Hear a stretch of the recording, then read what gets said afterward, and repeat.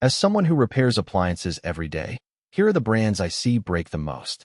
No sponsorships, just what comes across my workbench. Samsung. Great phones, great TVs, appliances.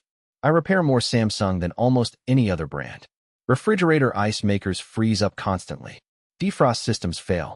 Washers and dryers throw more error codes than a computer. Parts are expensive and sometimes hard to get. LG. Their big issue is the linear compressor in refrigerators. Class action lawsuits over this. Compressor fails. Repair is $400 to $700. Some models have extended warranties. Check yours. Their washers and dryers are actually pretty reliable. Now the most reliable brands I see, the ones that break the least. Whirlpool, Maytag, and GE. Not flashy. No touchscreens. But they run for years and parts are cheap and available everywhere. KitchenAid is also solid.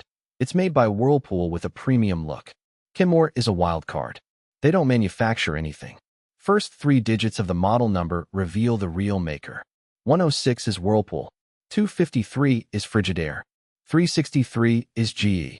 Bottom line, for reliability, go Whirlpool, Maytag, or GE. If you already own Samsung or LG, we fix them every day.